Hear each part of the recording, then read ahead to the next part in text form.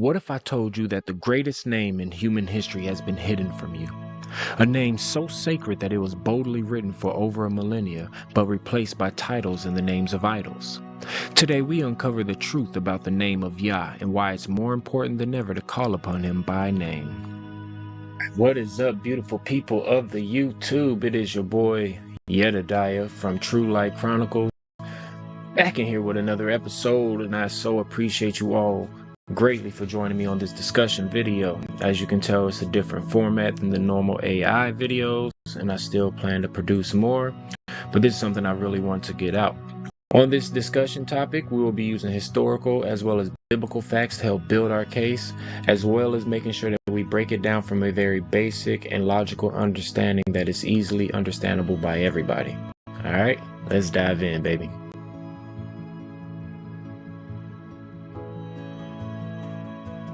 Names carry power.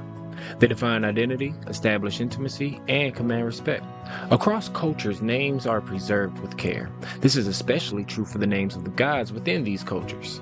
These names are often revered the most, as seen by the people within these nations, such as in Hebrew names. In English is Isaiah. In Hebrew, his name is Yeshayahu, meaning salvation of Yah. In English translation, we have Jeremiah. In Hebrew, it's Yirmiyahu, which means exalted of Yah. Then you have Netanya, which means gift of Yah. Similarly, in Muslim names like Abdullah, you have servant of Allah. We have Habullah, meaning beloved of Allah. Varullah, meaning manifestation of Allah or supporter of Allah. And even in Greek names, you have Apollonius, meaning of Apollo or belonging to Apollo. Hermogenes, meaning born of Hermes. Then you have Diane, meaning of Diane or belonging to Diana. You see, all of these names carry deep religious significance. For example, we never translate names like Allah or Zeus into the language of other cultures. Even in today's global news, names like Putin or Zelensky will remain untouched, and that's because to show honor to these people, we'll address them by their actual given names. You'll never turn on CNN and see them say that Putin's English name is Paul, so Paul in Russia is doing this, or Zelensky's name is Zach in English. They call them by their actual names. Yet ironically, even though a bunch of Christians who can only speak English, they can pronounce the Greek name Zeus no problem, or the Arabic name Muhammad with no phonetic hiccups. But most Christians don't even know their God has a name. They simply call him God. Alright, y'all, so this is where the logical thinking aspect is really going to come into play, okay? So we know that the very first commandment says that you shall serve no other gods, or you'll have no other gods before me. And if we believe his name is God, and he's saying you'll have no other gods before me, a perfect example of that would be if I'm getting married. And so when I'm making my vows and I tell my wife that she shall have no other Yedidiahs before me, my name is Yedidiah, so she'll have no other Yedidiahs before me. That means she meet a man named Mark, she can lay with Mark. You see how that don't make no sense whatsoever? It makes more sense if I tell her you won't have any other men before me. See, a man, the title, it's just like a god or a king or a prince, a judge, a doctor, a teacher. You don't call your teacher, you call them Miss Johnson or whatever their name is. You feel what I'm saying? You honor them, you show them that little bit of respect. Same thing going forward with God. And what people seem to forget is that the very first pagans and things that they were creating gods of their own imaginations out of stone and wood and things of that nature. So a god is anything. A bottle, this bottle of water right here. If I chose to bow down and praise that water, it would now become a god. I'd be a dumbass for bowing to the bottle of water, but it would still be a god now. You feel what I'm saying? Yah's name appears over 6,800 times in the Hebrew Bible. That's nearly 7,000 times, and with some scriptures explicitly instructing us to honor him by name. Scriptures like Psalm 68:4. Sing praises to his name. Extol him who rides on the clouds by his name Yah, and rejoice before him. Isaiah 42:8. I am Yah, that is my name, and my glory I will not give to another, neither my praise to graven images. Exodus 3:15. Moreover, God said to Moses, thus you shall say to the children of Israel, Yah Elohai, God of your fathers, the God of Abraham, and the God of Isaac, and the God of Jacob, has sent me to you.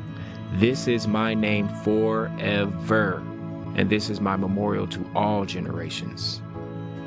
Yet translations have hidden his name behind generic titles, robbing it of its identity.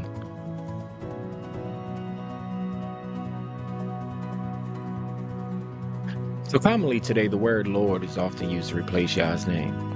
However, in Hebrew, the word Lord translates literally to Baal.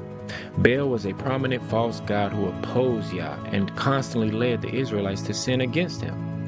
He was known historically with names like Beelzebub, which means Lord of the Flies, and Baal-Berith, which is Lord of the Covenant. By calling Yah Lord, we risk conflating him with his adversary. Now, I know it's a common argument that in Old English, the term Lord is referred to a figure of authority.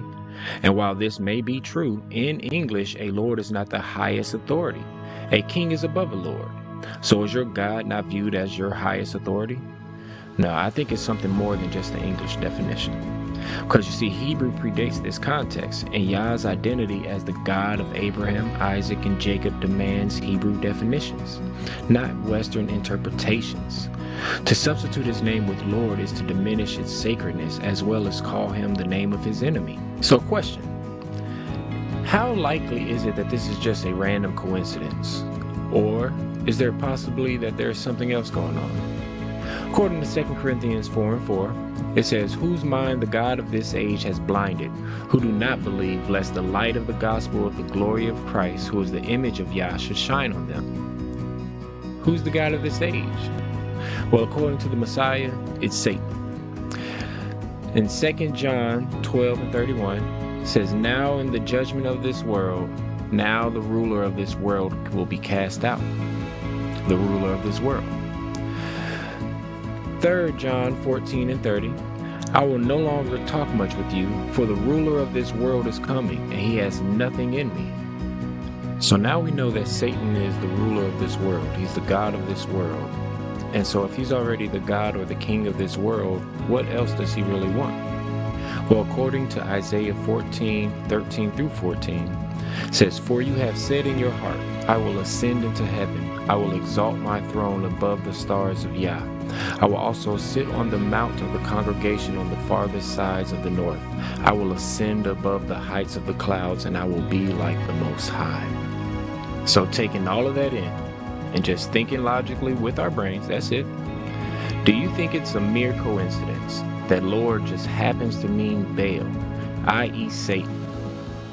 Or do you think perhaps that Satan, who is said to deceive the world, who said he wants to be like the Most High, who is currently the king and God of this earth, that he might have deceived us to calling on his name and praising him and not Yah?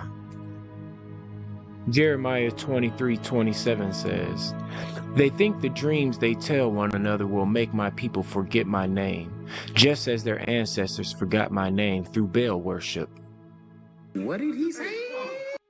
So this particular scripture of Jeremiah is speaking on something heavily that went on in the past, but it's also what's going on today. We're literally forgetting the name of Yah and replacing his name with Baal. All right, y'all, so we're back for another little thought experiment. All right, so we're going to give another example. Let's say that I'm Chinese. We'll just say I'm Chinese and you're American in China with me, right? And I see you and I'm like, "Hey, what's up, bitch?" And you're like, "What? Well, don't call me that." And I'm like, no, don't worry. See, here in China, bitch means positive. It means someone we revere. It means someone that is master. It means great person. You're just phenomenal. Are you gonna care, even if you're in China? Or are you gonna be like, "Bro, you don't call me that"? You feel what I'm saying? You call me this, it's gonna be a problem. You call me that one more time, it's gonna be an international incident in China. You feel what I'm saying? This is gonna be a big issue. And it doesn't matter to you what it means to them. What matters to you is what it meant in your language. So what's going to matter to Yah? When judgment comes, are you going to say, "Well, I feel like the word means this"? Okay, sir? And so you should accept what's going to matter to him?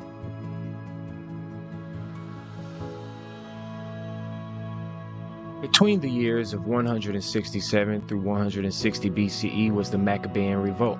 It was a critical moment in Judean history sparked by the Seleucid king Antiochus IV's attempt to force Greek culture and religion onto the Judean people. This included the prohibition of Torah observance and the desecration of the temple by erecting altars to Zeus. As part of their resistance, the Judean faithful refused to adopt Greek customs, including the worship of Greek gods. Yah's name was seen as a defiant statement of loyalty to the one true living God. Despite the ban on the Torah, many Judeans risked their lives to preserve sacred texts where Yah's name was written. They continued to teach and pass down the scriptures in secret, ensuring the knowledge of Yah's name would survive. Many who refused to bow to Greek idols were executed, yet they died proclaiming Yah as their God. This deep reverence for Yah's name contrasts sharply with later traditions that replaced it out of convenience or fear. The Maccabean victory restored the temple and renewed public worship of Yah. However, the later traditions of avoiding Yah's name, stemming from the fear of misusing the name, diluted this bold legacy over time.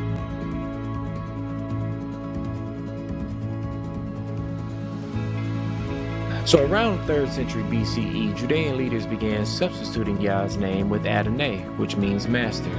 They did this out of fear of misusing his name and accidentally violating the 3rd commandment, which is mentioned in Exodus. This seemingly well-intentioned tradition inadvertently began the process of erasing Yah's name from common usage, distancing further generations from its true significance. The Septuagint, a Greek translation of the Hebrew Bible, from the 3rd century BCE, replaced Yah's name with the Greek word Kyrios, which means Lord. This practice reflected the Judeans' reluctance to vocalize the divine name, but set a precedent for future translations to omit Yah entirely. Though a helpful contrast, some early copies of the Septuagint actually included Yah's name written in Paleo-Hebrew amidst the Greek text. This suggests that translators recognized the sacredness of his name and chose not to replace it.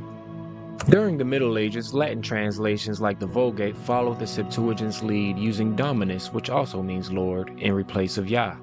The influence of Latin translations shaped the theology of the Catholic Church and later Protestant reformers who retained Lord in their translations.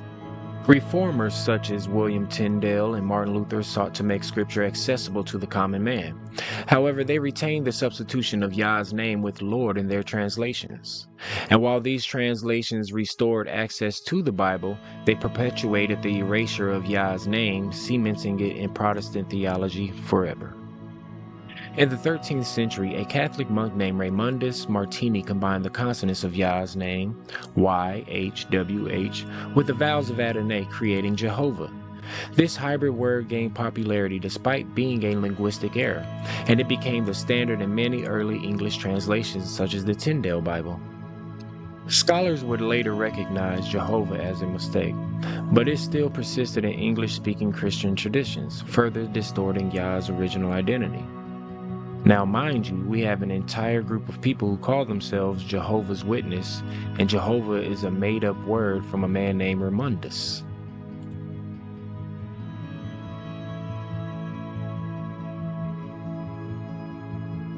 So in the 1940s, the Dead Sea Scrolls were discovered, and within them Yah's name was preserved in Paleo-Hebrew, an ancient Hebrew script.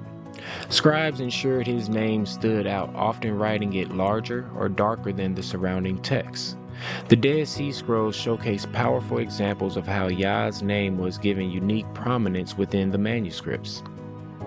In most cases, the main body of text is written in the Hebrew script, which was standard for the time, but the Tetragrammaton, YHWH, is rendered in the more ancient Paleo-Hebrew script. This intentional distinction makes the divine name stand out vividly from surrounding texts. One notable example can be seen from a fragment of Psalm 119, 59 through 64. Where Yah's name is inscribed in Paleo-Hebrew, contrasting with the more modern script used for the rest of the passage. This careful differentiation by the scribes highlights the immense reverence and significance they placed on preserving Yah's name as sacred and distinct. And what's even more amazing, in my opinion, is in several scrolls Yah's name is written in Paleo-Hebrew script, even when the rest of the text is written in Aramaic or Greek. This bold distinction underscores the reverence Yah's name carried. It was seen as so sacred that it needed to stand out, even when other parts of the scripture were adapted for readability. What this means is that if a person could only read Greek, and then he got his hands on one of these translations, they didn't need to change the name of Yah to fit their language, and yet the reader knew exactly who they were talking about. It's no different if I were to say the name Muhammad, an Arabic name, right now while speaking English, you knew who I was referring to, which completely negates the argument of changing Yah's name for the sake of the language being spoken. So the scrolls reveal to us that Yah's name was never substituted with Adonai or any other title such as in the early manuscripts. This contradicts the later practice of avoiding to vocalize or writing Yah's name. Some scrolls even include prayers or hymns where Yah's name is repeatedly invoked, suggesting that early Judean worship centered around calling upon Yah's name with reverence and intimacy.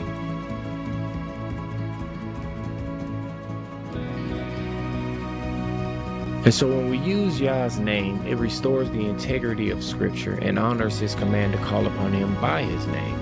Isaiah 42:8 declares, "I am Yah, that is my name. My glory I give to no other." His name distinguishes Him from false gods, and it affirms His covenant relationship with His people. In ancient Israel, Yah's name was sung in psalms and hymns as an integral part of worship. For instance, Psalm 113 through 118 would have been chanted during major feasts with Yah's name explicitly mentioned multiple times. Even today, you can still find fragments of this practice still alive in the church with phrases like hallelujah, which literally translate to mean praise Yah. This enduring term serves as a reminder of how essential Yah's name is in worship. And so how can we honor Yah? We can honor Him by using the translations that restore His name, educate others about the significance in using His name, and then personally reflect on the importance of calling upon Yah in truth. So what will you do with this truth? Will you continue the tradition of erasing the name of your God? And why is it always a tradition?